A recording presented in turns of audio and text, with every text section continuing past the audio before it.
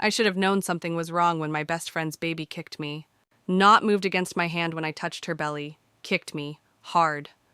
With what felt suspiciously like an elbow, and elbows last I checked weren't standard equipment for 7-month-old fetuses. But I was too caught up in the champagne bubbles and pastel decorations to think clearly. Too distracted by the professional photographer circling us like a vulture, capturing every spontaneous moment of Melissa's perfect baby shower. Too focused on being the supportive best friend I'd always been, even when supportive meant ignoring the voice in my head screaming that something was very, very wrong. "Did you feel that, Jessica?" Melissa laughed, her hand flying to her bump. "She's so active today. Must be excited about her party." I pulled my hand back, confused. What I'd felt hadn't been a kick. It had been deliberate, controlled movement, like someone adjusting something from the inside. My husband David appeared at my elbow with 2 glasses of sparkling cider, his emergency room physician instincts apparently pinging the same frequency as mine. "How far along did you say Melissa was?" he murmured in my ear. 7 months, why? "Because her gait is wrong, her posture is wrong, and pregnant women don't drink 3 glasses of champagne and pop Advil like candy." I froze, watching Melissa across the room as she gracefully bent to pick up a dropped napkin, a movement that should have been impossible for someone 7 months pregnant. "What are you saying?" "I'm saying we need to leave, now." But it was too late. Melissa's voice cut through the party chatter like a blade. "Everyone! Everyone! Please gather around. I have the most wonderful announcement." The crowd of perfectly dressed women turned toward our hostess, champagne flutes raised expectantly. Melissa stood in front of the massive fireplace, one hand on her bump, the other clutching what looked like an ultrasound photo. "As you all know, David and I have been trying for a baby for so long. The doctors said it might never happen, but miracles do exist." She held up the photo, tears glistening in her eyes. "Yesterday, we found out we're having twins." The room erupted in squeals and applause. I felt David's hand tighten on my arm like a vice. "Jessica," he whispered urgently, "we need to go, right now." "But that ultrasound photo is from Google Images. I've seen it in medical textbooks." My blood turned to ice water. I stared at Melissa, radiant in her flowing pink dress, accepting congratulations with the grace of an Academy Award winner. She caught my eye across the room and smiled, that same dazzling smile that had gotten her out of trouble since we were 6 years old. But this time, there was something predatory in it. "Jessica!" she called out. "Come here! I want you to be the first to feel them both moving." The crowd parted like the Red Sea, creating a clear path between us. 30 pairs of eyes watched expectantly as I walked toward my best friend, my legs feeling like they were moving through quicksand. "Give me your hand," Melissa said, reaching for me. I hesitated. David's warning echoed in my head, but declining would cause a scene. So I placed my palm on her belly and immediately knew with absolute certainty that my husband was right. What I was touching wasn't a pregnant belly. It was something else entirely. Something that felt expensive, professional, terrifyingly convincing. "Feel that?" Melissa whispered, leaning close enough that only I could hear. "That's what a $50,000 prosthetic feels like." My hand jerked back like I'd been burned. Melissa's smile never wavered, but her eyes had gone ice cold. "Isn't it amazing?" she said loudly for the benefit of our audience. "2 little miracles." I managed to nod and smile, but inside I was screaming. $50,000, professional prosthetic. This wasn't some desperate woman having a psychological break. This was planned, calculated, expensive. And I was about to discover it was just the tip of the iceberg. "I need some air," I mumbled, backing toward the patio doors. "Of course, honey," Melissa cooed. "Pregnancy emotions are so overwhelming, aren't they? Even secondhand." The comment hit like a slap. Melissa knew I'd been struggling with infertility for 3 years. Knew that every baby shower felt like salt in an open wound. Knew exactly which buttons to push to make me seem like the unstable one. I stumbled onto the patio, gasping in the cool autumn air. David followed immediately, his face grim. "What happened in there? You look like you've seen a ghost." "She told me it was a $50,000 prosthetic." David went very still. "She what?" "She whispered it to me. Said that's what a $50,000 prosthetic feels like." Jesus Christ. David ran his hands through his hair. "Jessica, this isn't just a fake pregnancy. This is something much bigger." Before I could respond, my phone buzzed with a text from an unknown number. "Stop digging or you'll regret it." I showed David the screen, my hands shaking. "How does she even have this number? I gave her my phone to take pictures earlier, but she went through your contacts. Jessica, she's been planning for this possibility. The implications were staggering. Melissa hadn't just prepared for her pregnancy charade, she'd prepared for getting caught. Think about it, David continued, his voice low and urgent. $50,000 for a prosthetic? That's medical-grade equipment? The kind used for training purposes, or... He paused, his expression darkening. Or for long-term deception campaigns. Campaigns? Jessica, how long has Melissa been pregnant? 8 months. She announced right after New Year's. And in those 8 months, what has she asked you for? The question hit me like a physical blow. I thought back through the months of pregnancy updates, shopping trips for baby clothes, and increasingly desperate conversations about money. She needed $5,000 for the nursery furniture, another $3,000 for the hospital deposit, $2,000 for the baby shower because her event planner required payment up front. Then there was the emergency root canal last month, $1,500. The car repair when her transmission died, $2,000. $13,000 from you alone. She's my best friend. She was desperate. Was she? Or was this always the plan? My phone buzzed again. Another unknown number. Your husband asks too many questions at the hospital. David's face went pale as he read it. She's been watching us, researching us. How? I don't know, but we need to find out, and we need to find out now. I leaned against the patio railing, my mind racing through months of interactions that suddenly looked different in this new light. The pregnancy announcement that came with professional photos, but no doctor verification. The ultrasound images that Melissa had forgotten to bring to our dinner dates. The constant stream of financial emergencies that required immediate assistance.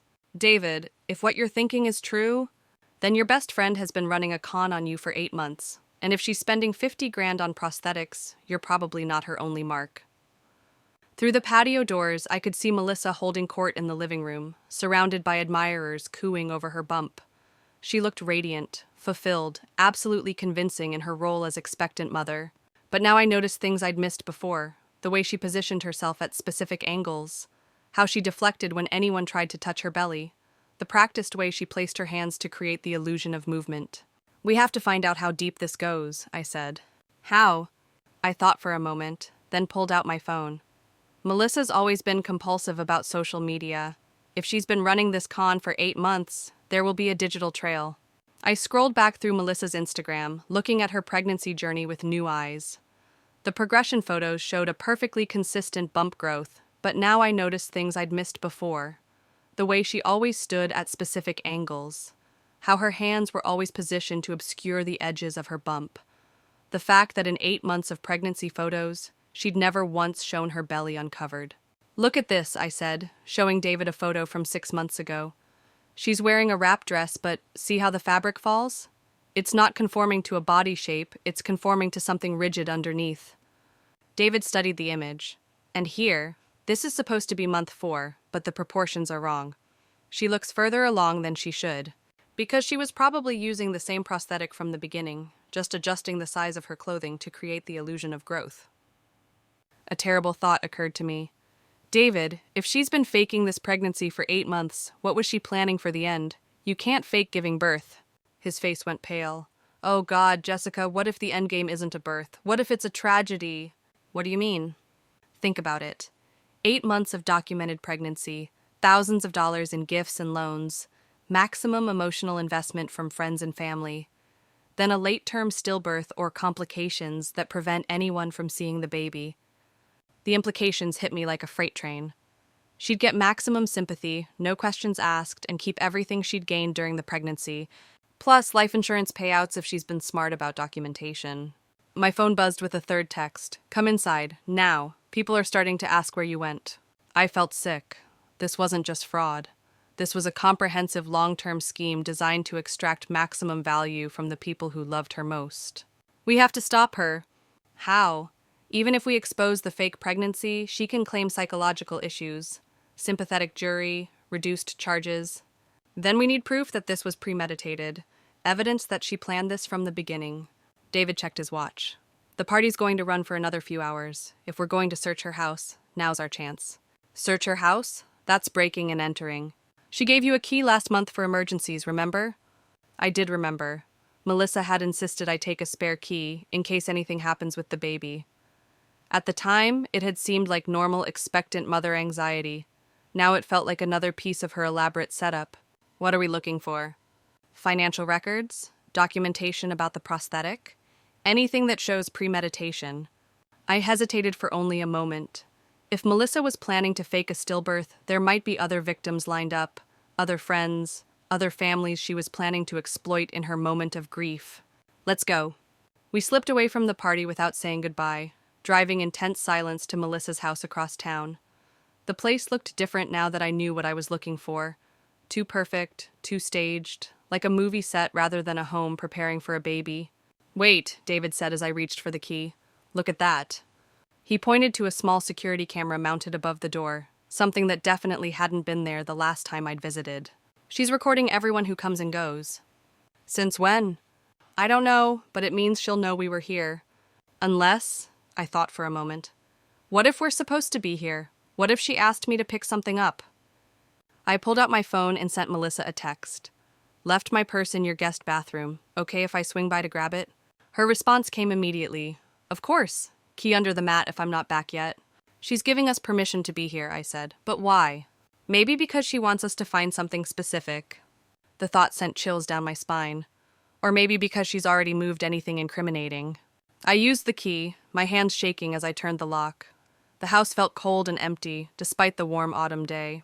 Where do we start? David asked. Her office. She keeps all her important documents there. But as we walked through the house, I noticed something that made my blood run cold. Baby items were scattered throughout. Not the organized nursery supplies from the party photos, but random pieces of infant clothing, toys, and equipment that looked used. David, look at this, I called from the living room, holding up a tiny onesie with faded stains. This isn't new, someone has actually worn this. He examined the garment, his medical training evident in the careful way he studied the fabric. These stains look like spit up, real spit up. But where would she get used baby clothes? The answer came to us simultaneously, and it was horrifying. Other people's babies, David whispered. She's been collecting them, from garage sales, from families whose children have outgrown them, maybe even from... I couldn't finish the thought. From families who've lost children. We stood in that living room, surrounded by the detritus of other people's motherhood experiences, and I realized that Melissa's deception was even more elaborate than we'd imagined. She's not just faking a pregnancy, I said. She's creating a complete alternate reality. Melissa's home office was a shrine to her various business ventures and charitable causes. She'd always been entrepreneurial, launching nonprofits and consulting businesses that never quite succeeded, but always generated a lot of social media buzz. David went straight to her filing cabinet while I booted up her computer. Her password was the same it had always been, her birthday followed by her initials. Some things never changed. Her email revealed the first piece of the puzzle. Dozens of messages from a company called Theatrical Medical Supplies, dating back 9 months, before she'd announced her pregnancy. The correspondence was detailed and specific, discussing custom prosthetics, payment plans, and realistic movement simulation. David, look at this. He read over my shoulder, his expression growing darker with each email. She ordered the prosthetic before she announced the pregnancy. This was planned from day one. There's more. I clicked through to her sent folder. She's been researching other pregnant women in our social circle. Look, screenshots of their ultrasound photos, saved announcements, detailed notes about their pregnancy experiences. She was creating a database, learning what authentic pregnancy looked like so she could mimic it perfectly. But what we found next made everything else pale in comparison. Melissa hadn't just been borrowing money from me. She'd been running the same scam on dozens of people. Her financial records showed a complex web of loans, gifts, and donations, all carefully categorized by relationship type and extraction potential. Jesus, David breathed, scrolling through her spreadsheets. She's raised over $200,000 with this pregnancy. From how many people? 83 different individuals, all carefully categorized by relationship type and maximum extraction potential. I felt physically sick. Melissa had turned her fake pregnancy into a systematic financial exploitation scheme, targeting the people who cared about her most. Look at this, David said, pointing to another file. She's been documenting everything. Photos of gifts, screenshots of social media reactions, detailed notes about who gave what and when. She's creating evidence, building a paper trail to support her story. Or, David's voice trailed off as a more sinister possibility occurred to him. She's building insurance documentation. Jessica, what if this isn't just about the money people are giving her now? What if she's planning to claim loss of income, medical expenses, psychological trauma? From a fake stillbirth? From a fake stillbirth with $200,000 worth of documented pregnancy expenses and emotional investment. The scope of what Melissa was planning began to crystallize in my mind. This wasn't a desperate woman making bad choices. This was a calculated predator using the most sacred human experience to exploit everyone who trusted her. But what we found in her hidden folder made everything else look like child's play. Jessica, David's voice was barely a whisper, you need to see this. The folder was labeled Previous Projects and contained detailed documentation of 3 other fake pregnancies, dating back over the past 5 years. This isn't her first time, I breathed. Look at the locations. Denver, Portland, Phoenix. She's been moving from city to city, reinventing herself each time. The pattern was identical in each case. Establish herself in a new community, cultivate relationships, fake a pregnancy, collect money and sympathy, then fake a tragic loss and disappear with the proceeds. How many people has she hurt? According to this, she's netted over $500,000 from her previous schemes. That's not possible. Someone would have caught her. Would they? Look at the exit strategies. In each case, she faked the death of the baby, collected sympathy donations for medical expenses and burial costs, then moved to a new city, citing the need for a fresh start after her tragedy. I stared at the documentation, feeling sick. Each project included photos of prosthetics, forged medical documents, even fake death certificates. She's a professional, I whispered. She's a predator, and we're looking at her most ambitious project yet. What do you mean? David pointed to another folder labeled Phase 2. Inside were profiles of grieving families in our area, people who'd experienced real pregnancy loss and were now part of online support communities. She's not planning to disappear after this pregnancy. She's planning to use the credibility from her loss to infiltrate grief counseling groups. Why? Because grieving parents are incredibly vulnerable.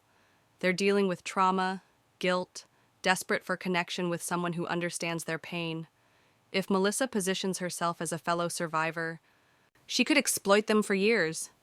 Look at this business plan. She's projecting to make over $1 million annually by offering specialized grief counseling and memorial services to families who've lost children. The calculated cruelty of it was breathtaking. Melissa had identified one of the most vulnerable populations imaginable and developed a systematic plan to exploit their pain for profit. We have to stop her tonight, I said, before she has a chance to escalate. How? We confront her, in front of everyone at the party, with proof.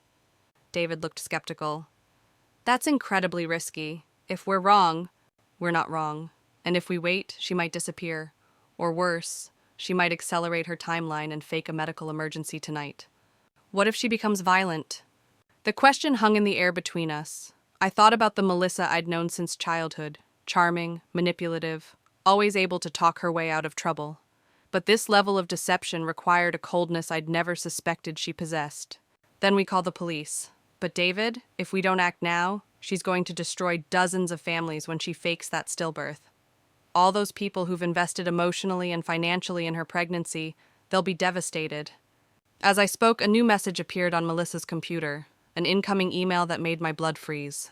It was from someone named Patricia Chen with the subject line, Payment for Services Rendered. I clicked on it before David could stop me. Melissa, the items you requested have been delivered to the storage unit. Payment of $15,000 has been received as agreed. The medical examiner's contact information is included as discussed. He's expecting your call within the next 48 hours. Remember, timing is everything for this to look authentic. P. Storage unit, David said. What kind of items?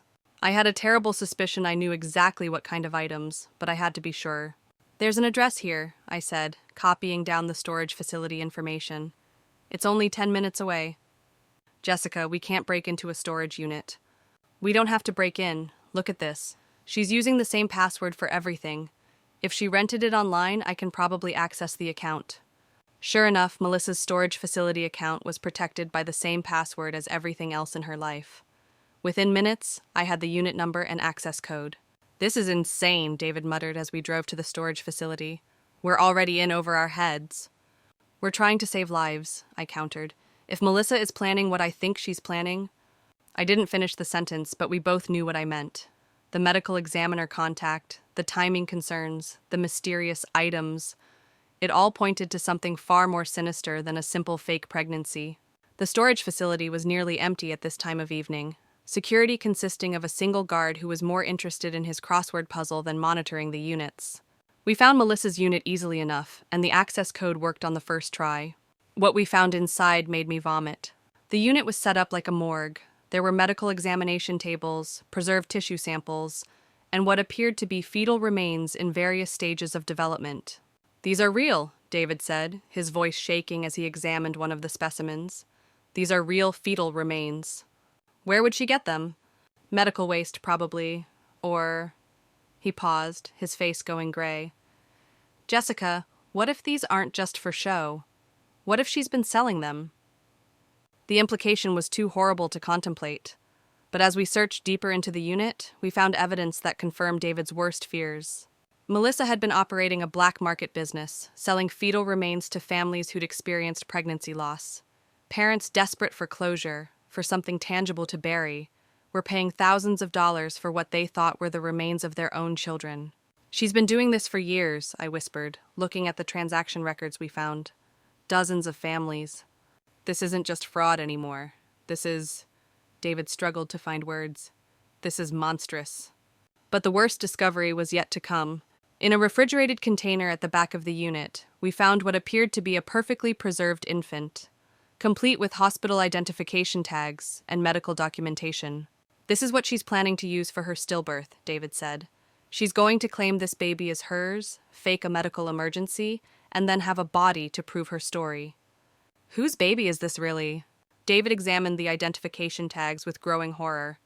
"According to this, it's a baby that died during delivery at Regional Medical 3 months ago. The family requested cremation, but Melissa intercepted the body somehow. This is body theft. This is desecration of human remains. This is..." He couldn't continue. I pulled out my phone, my hands shaking as I dialed 911. "911, what's your emergency?" "I need to report a theft of human remains and an ongoing fraud scheme," I said, my voice barely steady. "Ma'am, can you repeat that?" "My friend has been faking a pregnancy for 8 months and stealing the bodies of dead babies. She's planning to fake a stillbirth tonight using one of the stolen remains." There was a long pause. "Ma'am, are you calling from a secure location?" "Yes, but the suspect is currently at a party with dozens of potential victims. She could accelerate her timeline if she realizes we've discovered her." "We're dispatching units to your location. Do not leave the area. Do not confront the suspect." But as I hung up, I realized we had a problem. If the police went directly to Melissa's party, she'd know we were the ones who turned her in. And given what we'd discovered about her level of planning and her willingness to steal corpses, I wasn't sure what she might be capable of if she felt cornered. "We have to warn people," I said to David. "The police said not to confront her." "I'm not talking about confronting her. I'm talking about getting people away from her before the police arrive." David nodded grimly. "How?" "Fire alarm, anonymous tip about a gas leak, anything to clear the party. And then? Then we wait for the police and hope they can arrest her before she realizes what's happening." We drove back toward Melissa's house, my mind racing with possibilities and scenarios. But as we turned onto her street, we saw something that made my heart stop. An ambulance was parked in front of the house, its lights flashing. "She's already started," David breathed. We parked across the street and watched as paramedics wheeled a stretcher out of the house. Melissa was on it, her face a mask of anguish, one hand pressed to her belly. The performance had begun. "Jessica!" Melissa spotted me across the street and called out weakly. "Oh God, Jessica, something's wrong with the babies." I felt David's hand on my arm, restraining me as every instinct screamed to run to my friend's side. "It's not real," he reminded me quietly. "None of it is real." But watching Melissa being loaded into that ambulance, surrounded by concerned friends and genuinely terrified party guests, it was almost impossible to remember that this was all an elaborate lie. "We have to follow them," I said.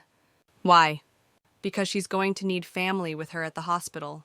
She's going to need witnesses to her tragedy. Jessica, that's exactly what she wants. Don't give her what she wants." "I'm not giving her what she wants. I'm making sure I'm there when the police show up with evidence of what she's really been doing. The ambulance screamed away from the house, followed by a convoy of cars full of worried friends. David and I joined the procession, keeping our distance but staying close enough to see where they were taking her.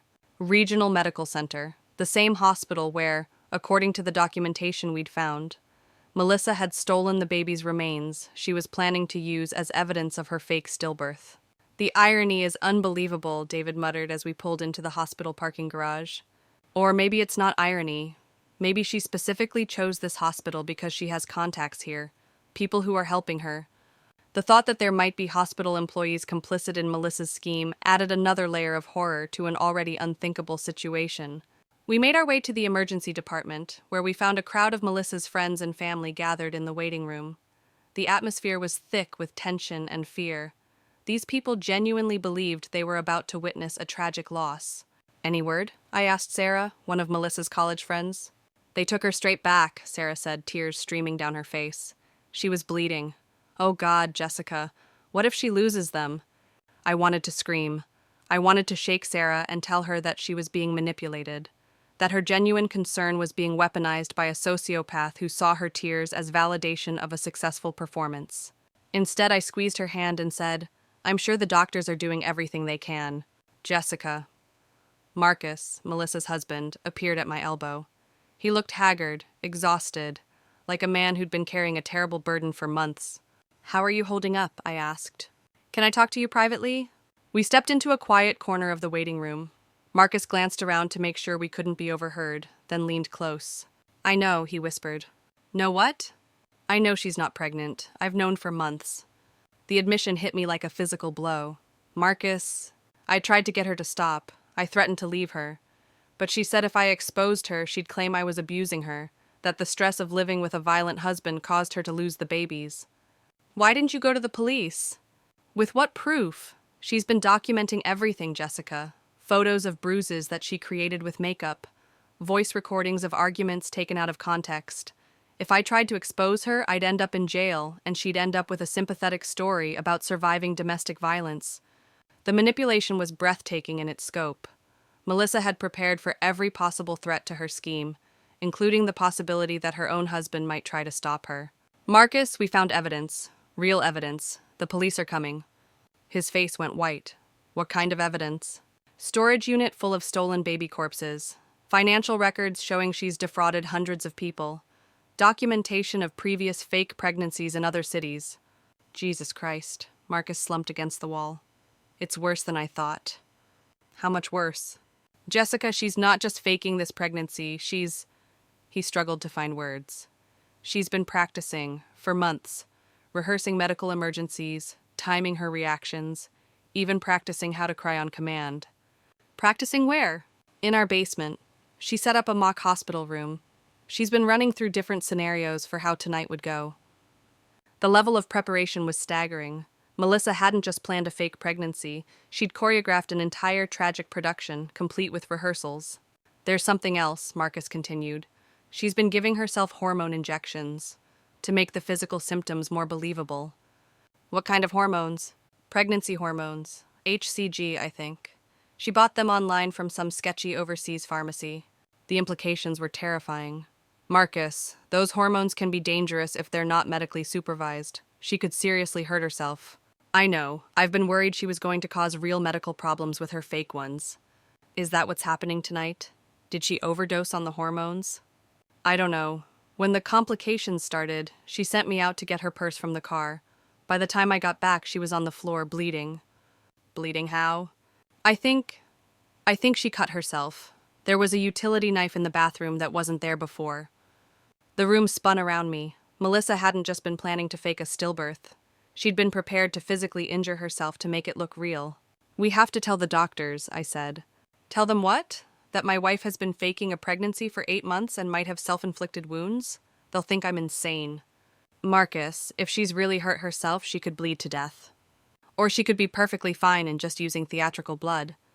Before I could respond, a doctor emerged from the treatment area and approached our group. Dr. Elizabeth Warren, according to her name tag, looked grim as she surveyed the crowd of worried faces. "Family of Melissa Harper?" Marcus stepped forward. "I'm her husband." I need to speak with you privately. They moved to a more secluded area, but I was close enough to hear Dr. Warren's words. Mr. Harper, I'm afraid I have difficult news. Your wife has suffered what appears to be a complete pregnancy loss. There were no fetal heartbeats detected, and she's experiencing significant bleeding. Marcus nodded, playing his part perfectly. Is she going to be okay? We're working to stabilize her condition. The bleeding is more extensive than we'd normally expect, and some of her test results are unusual. Unusual how? Dr. Warren hesitated. Her hormone levels are extremely elevated, much higher than we'd expect even for a twin pregnancy. And there are some inconsistencies in her presentation that we're trying to understand. I felt a surge of hope.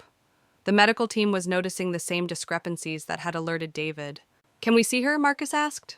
Not yet. We need to complete some additional tests.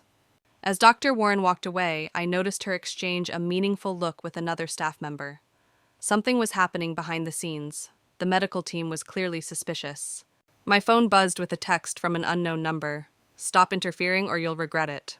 I showed the message to Marcus, whose face went pale. She knows, he whispered. Knows what? That we're here? That we're talking? She probably has someone watching us. I looked around the waiting room, studying the faces of everyone present. Most were people I recognized from the party. Friends, family members, genuine well-wishers. But in the corner, a man in scrubs sat reading a magazine, occasionally glancing in our direction. David, I called my husband over and discreetly pointed out the man. Do you recognize him? David studied the figure carefully. No, and I know most of the staff here. He's not wearing a hospital ID badge. So he's not actually medical personnel. Or he's someone Melissa hired to keep an eye on things. The thought that Melissa had anticipated even this scenario, that she'd planted surveillance at the hospital, was chilling. We need to warn Dr. Warren, I said. How? We can't exactly walk up to her and explain that her patient is running an elaborate con involving stolen baby corpses. We can tell her to check Melissa's medical history. If she's been giving herself hormone injections, there should be needle marks. David nodded. And if she's really cut herself, the wound patterns won't match natural pregnancy complications. Dr. Warren, I called out as she passed by, can I speak with you for a moment? She looked harried but stopped. Are you family? I'm Jessica, Melissa's best friend. I was wondering, has anyone checked her arms for injection sites? Dr. Warren's expression sharpened. Why would you ask that? Because I think she's been giving herself hormone injections, illegally purchased ones. That's a very serious accusation. I know, but if I'm right, it might explain the unusual test results you mentioned. Dr. Warren studied my face carefully. Do you have reason to believe your friend would do something like that? I have reason to believe my friend has been lying about a lot of things. Such as? I took a deep breath, knowing that once I said the words, there would be no taking them back. Such as being pregnant in the first place. Dr. Warren's eyebrows shot up. Excuse me? I think Melissa has been faking her pregnancy for 8 months. I think she's using a prosthetic belly, forged medical documents, and black market hormones to maintain the illusion. That's an extremely serious allegation. I know it sounds insane, but doctor, please just check her thoroughly. Look for injection sites, examine the wound patterns, verify that her condition is consistent with actual pregnancy loss. Dr. Warren looked skeptical but nodded slowly. I'll keep your concerns in mind during our examination. As she walked away, I noticed the man in fake scrubs get up and leave the waiting area. Within minutes, my phone buzzed again. You just made a huge mistake. This time the message came from Melissa's number. She knows we talked to the doctor, I told David and Marcus. How is she even texting? She's supposed to be under medical care. Because she's not as injured as she's pretending to be. Marcus ran his hands through his hair. This is spiraling out of control. If she realizes we're onto her, she might do something desperate. Like what? Like actually hurt herself. Seriously hurt herself to make her story more believable. The thought was terrifying, but before I could respond, alarms began blaring throughout the hospital. Code Blue, Emergency Department. Code Blue, Emergency Department. Hospital staff rushed past us toward the treatment areas.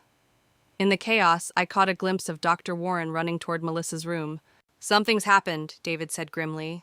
We tried to follow, but security guards blocked access to the treatment area. All we could do was wait and watch as medical personnel rushed back and forth.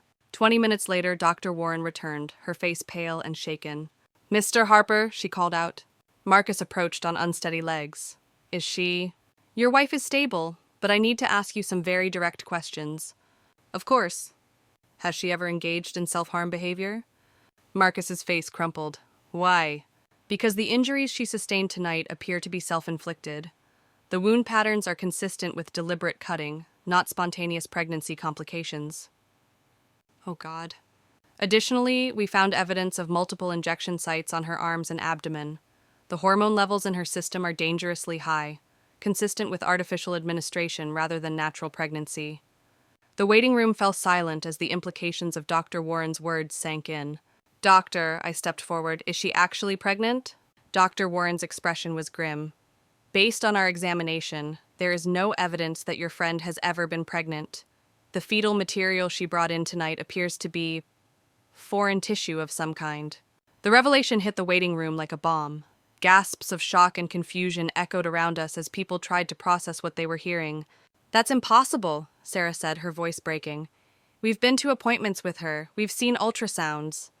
Forged, I said quietly. All of it was forged. But the baby shower, the gifts, all the money we raised? Stolen, Marcus said, his voice hollow. All stolen. The sound of sirens outside grew louder as police cars pulled up to the hospital entrance. The investigation we'd started by calling 911 from the storage unit had finally caught up with Melissa's performance. Detective Morrison introduced himself and quickly took control of the situation. Hospital security was increased, the treatment area was secured, and one by one, we were interviewed about our relationships with Melissa and any financial transactions we'd had with her. The scope of the fraud was staggering. As people shared their stories, it became clear that Melissa had been running multiple concurrent scams, not just the fake pregnancy. She'd borrowed money for everything from cancer treatments, also fake, to business investments, also fake, to family emergencies, you guessed it, also fake. How much money are we talking about? Detective Morrison asked. From our preliminary count, over $300,000 in the past year alone, his partner replied. And this is just from her current identity. We're finding evidence of similar schemes in at least 4 other cities. So she's been doing this for years? We're looking at a professional con artist with a specialty in medical sympathy scams. As the evening wore on, more details emerged. Melissa had indeed been injecting herself with pregnancy hormones purchased online, creating authentic physical symptoms to support her fake pregnancy. The bleeding had been caused by self-inflicted wounds, but she'd miscalculated the depth and had genuinely injured herself. Most disturbing of all, the fetal tissue she'd brought to the hospital as evidence of her miscarriage was actually preserved tissue from the storage unit, parts of the stolen infant remains she'd planned to use to support her stillbirth story. This is one of the most elaborate and disturbing fraud cases I've ever seen, Detective Morrison told me during my interview. Your friend didn't just steal money, she stole grief, hope, and human dignity. Is she going to be okay? Physically, I mean? She'll survive. The self-inflicted wounds weren't as serious as they appeared. But mentally, that's a different question. What happens now?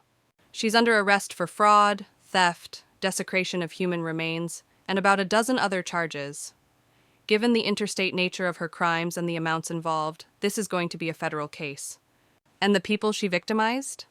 We'll do our best to recover what we can, but most of the money is probably gone. People like your friend are very good at hiding assets. As dawn broke over the hospital, I finally understood the full scope of what Melissa had done. It wasn't just the fake pregnancy or even the stolen money. She'd weaponized the most fundamental human emotions, love, hope, generosity, sympathy, and turned them into tools of exploitation. She'd taken people's genuine desire to help and support each other and perverted it into a criminal enterprise. But perhaps most devastating of all, she'd shattered the trust that holds communities together. Every future pregnant woman would be looked at with a bit more suspicion. Every request for help, every appeal for sympathy, every expression of need would be filtered through the doubt that Melissa's actions had created. Mrs. Chen? Detective Morrison approached as I prepared to leave the hospital. Yes? I need to ask you about your plans for the next few weeks. What do you mean? Your friend has requested to speak with you. She's claiming that you were aware of her activities and complicit in her schemes. My blood ran cold. That's not true. I didn't think it was, based on the evidence we've gathered, but she's going to try to drag you down with her. You should be prepared for that. What kind of things is she saying? That you helped her research medical information, that you provided alibis for her when she couldn't attend social events, that you were the one who suggested she target specific individuals for loans. None of that is true. I believe you, but you're going to need a lawyer anyway. The final manipulation had begun. Even facing federal charges, Melissa was still trying to control the narrative, still trying to spread the blame and avoid responsibility for her actions. 3 days later, I sat in my lawyer's office, reviewing audio recordings of conversations Melissa had made without my knowledge. She'd been recording our phone calls for months, carefully editing them to create the impression that I was a willing participant in her schemes. She's good, my lawyer admitted.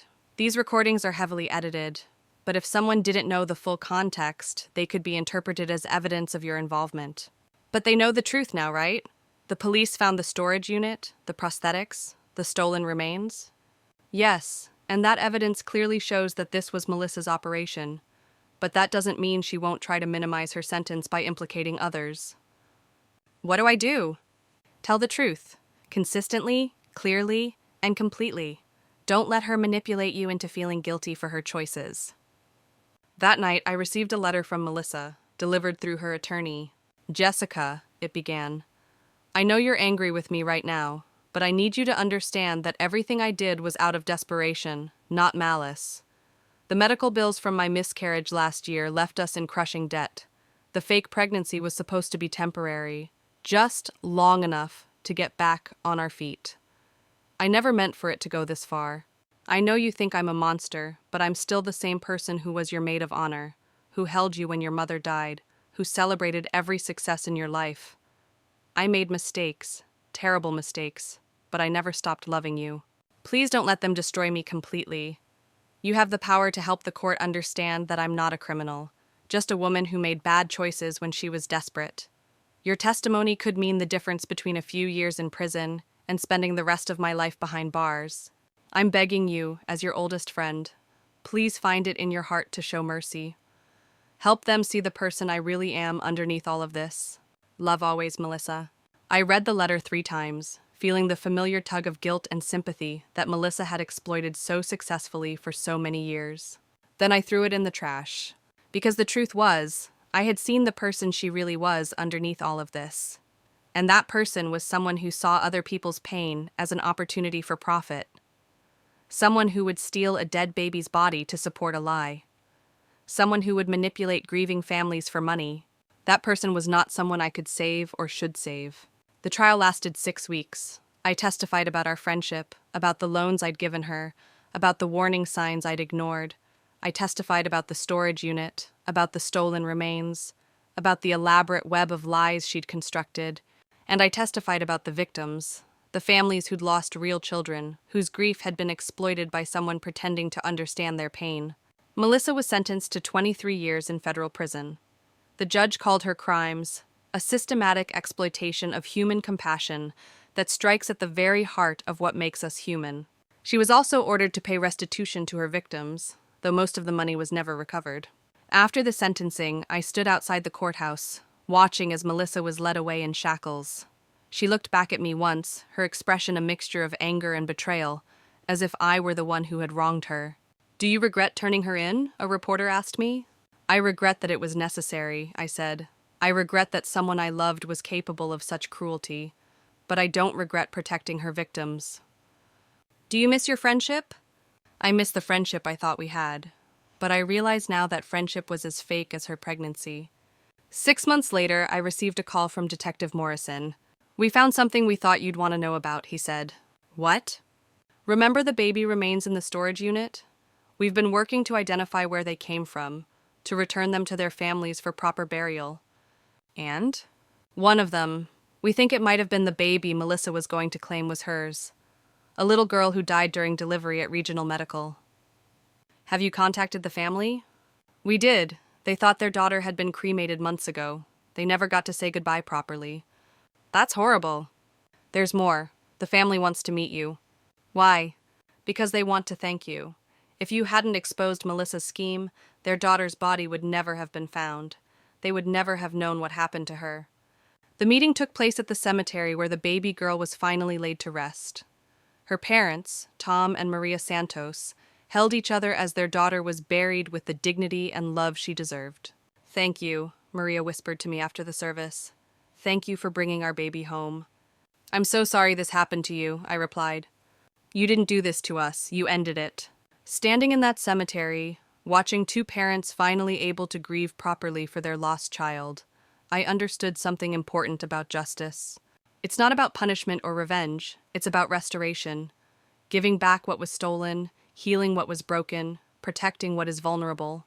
Melissa had stolen more than money from her victims. She'd stolen dignity, trust, and closure. By exposing her, I hadn't just prevented future crimes. I'd helped restore what she'd taken.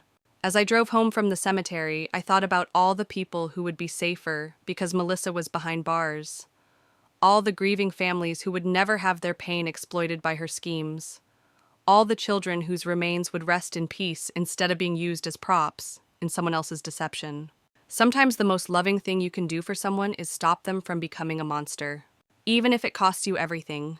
Even if they never forgive you. Even if you have to live with the knowledge that the person you trusted most in the world was never who you thought they were. Because in the end, real friendship isn't about loyalty at any cost. It's about caring enough to choose what's right over what's easy. And sometimes, what's right is the hardest thing you'll ever have to do.